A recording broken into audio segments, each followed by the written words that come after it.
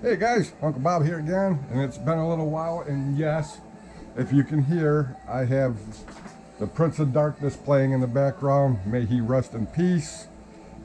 Sad day yesterday, and I am so glad that I got Jen the preview of the farewell tour that I paid for, and she'll be getting a t-shirt and a novelty oversized ticket stub to go with it. That'll be coming probably in September sometime, but I'm glad I got her that concert, and she's very happy and sad at the same time because she's a huge Ozzy fan. Anyway, getting back to this Bigwig, there's a couple of things that I noticed during the build. The hook inside here goes over this bolt by my thumb there that you can't really see.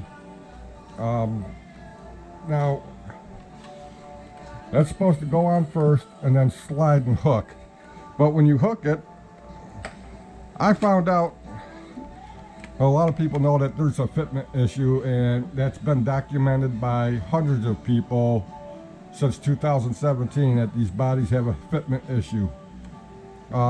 Right now, the front body post is poking through the body mount, but look at this. It doesn't connect. If I push it forward, you could barely see the body post coming through the hole. But pushing it forward allows the body to sit without hitting the chassis.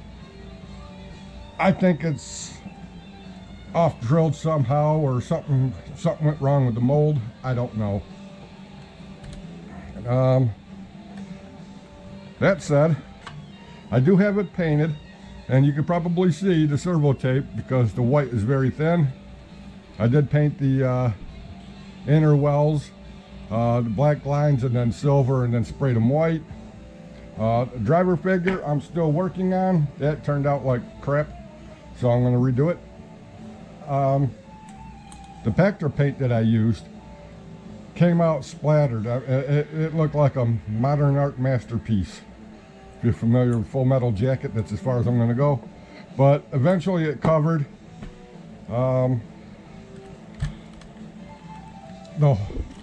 instructions say to tie wrap your motor wires here and then fold them in. But there's another hole in the chassis here that the wires exit out the back of the body without any obstruction, so I stuck it there. The other thing is, the upper cover, whatever you want to call it, it's not really a battery cover, even though people call it a battery cover. I don't know, whatever.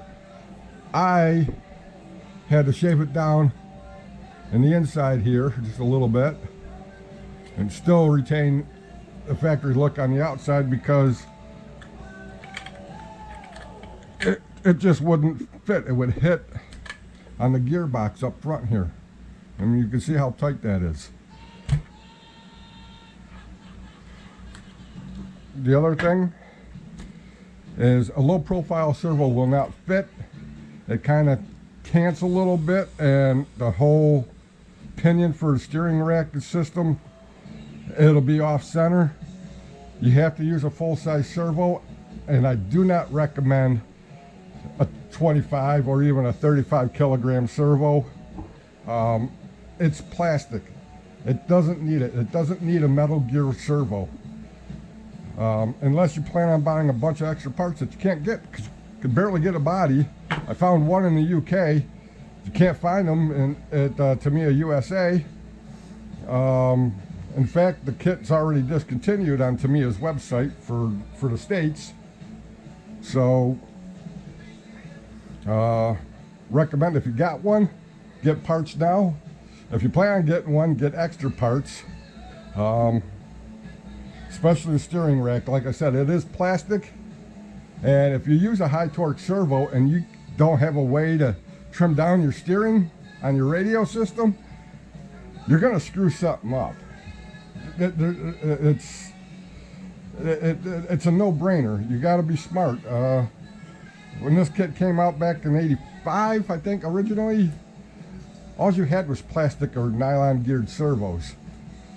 The servo is actually held in servo tape to the top plate. So I assume all you got to do is remove the 2 screws, take the top plate off, pull the gearbox, the front gearbox out and all that good stuff, and undo the bottom half. And it's a pain in the butt to change. If you're going to do it right the first time. That said, I am not a Tamiya fan. I actually hated this buggy when I first seen it. Couldn't stand it. But as I got this kit, come on now. After I bought this kit and put it together, I absolutely love the looks of this buggy. If I could find a school that would let me run around in the gymnasium, that would be the only place I would drive this. There's like, even with the spacers that people say it's always going to help with it's the ride height. That's all it does is adjust ride height. But there's literally no travel. You're not even going to get full compression on the shocks before the chassis hits.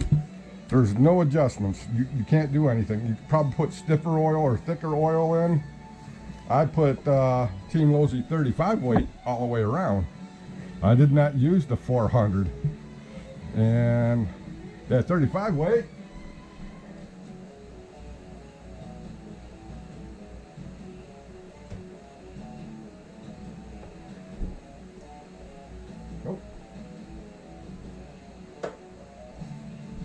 I don't have the 35 weight near me, so that's close to the yellow stuff that came in the kit, and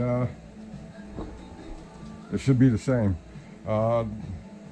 When I painted the body, pull this back off, I tried doing what Chris over at Tamiya Talk did and cut the overspray film off on the outside, but these 3 fingers, well, 2 fingers and a thumb, they don't work on my right hand very well, and I'm right-handed. So even with a fresh blade, the blade kept going all over the place. I said, to hell with it. I took all the overspray film off after I painted it. Then I taped off the entire outside as close to where the paint line should be, and then sprayed the whole thing with PS5. Well, not just the cockpit area. Then I used this with a cotton swab or a Q-tip. We call them Q-tips here. And just cleaned up around the edges, and it gave it a nice sharp edge. And that's how I painted that area. The only thing is definitely put your instrument cluster in before you put your driver figure in. It's just going to be a lot easier to do, and with the roll cage off, it's just going to give you so much more room. The older original had Dick CPEC on the back. This says Boone Craft. The forward stickers used to be Pennzoil. If it'll focus, it's not going to focus. So there are some differences between the big one and the little one. I lost that scoop years ago throughout moving and the kids playing around with these things. But all in all, it's a great buggy. I probably will be rotating the motor back around because I don't like the way the wires are sitting down there. So I'm going to rotate it. People say, oh, you can't see it. Well, you know what? You can barely see it there. And with the body on, you're not going to see it anyway. On the bottom side, you'll still be able to see a little bit of the motor. More of the motor, actually. Even with the body on. So that's what I'm going to do. I'll probably be flipping that around. The tires are not glued. All in all, I love this build. This was such a great build. It's a cool buggy. It's a one-of-a-kind chassis. It's never been on any other Tamiya buggy that I'm aware of. In fact, I think that's common knowledge that it was the only one, because it was designed for an 8-cell pack, or 7-cell, excuse me, 7-cell pack. My 7-cell did not fit because of the way it was constructed. Most of them are side by side with one on the end like this, so it did not fit.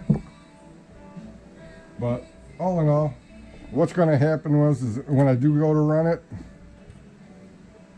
what I'll end up doing is I'll just get some like cellophane tape or scotch tape as we call it, and just tape the antenna down. I might not even do that because it's not going to hit anything anyway. So the speed controller I ended up putting in was what is that, the 04S, the TBLE 04S, because the ones that I had that I wanted to use were too tall. They wouldn't fit underneath the cover. So all in all, voice crack, all in all, it wasn't bad. It was a great build, and that's it, guys. I recommend getting one if you want one. And for the guys who are going to make these shelf queens, make sure you keep them shelf queens, because you know damn well people are going to build them, people are going to run them, people are going to break them, then they can't get parts, and then they're just going to sit in a closet. And a pristine one is going to probably double or triple in value in about a year or two, something like that. So keep that in mind. If you're rich enough, buy two, build one, keep one in the box. You know, by 3 years you could double that investment, maybe triple, who knows. All depends on the market, you know. But right now, what was it, 150, I paid 154 plus tax. So with the points and the coupons that I had for this, that's why I ended up with it. Jen still don't know I bought this buggy, so and that's it, guys. Everybody have a good day, good night, good week, good month, good year, and a good life, and catch you on the flip side. Again, rest in peace, Ozzy, Prince of Darkness. Hoorah.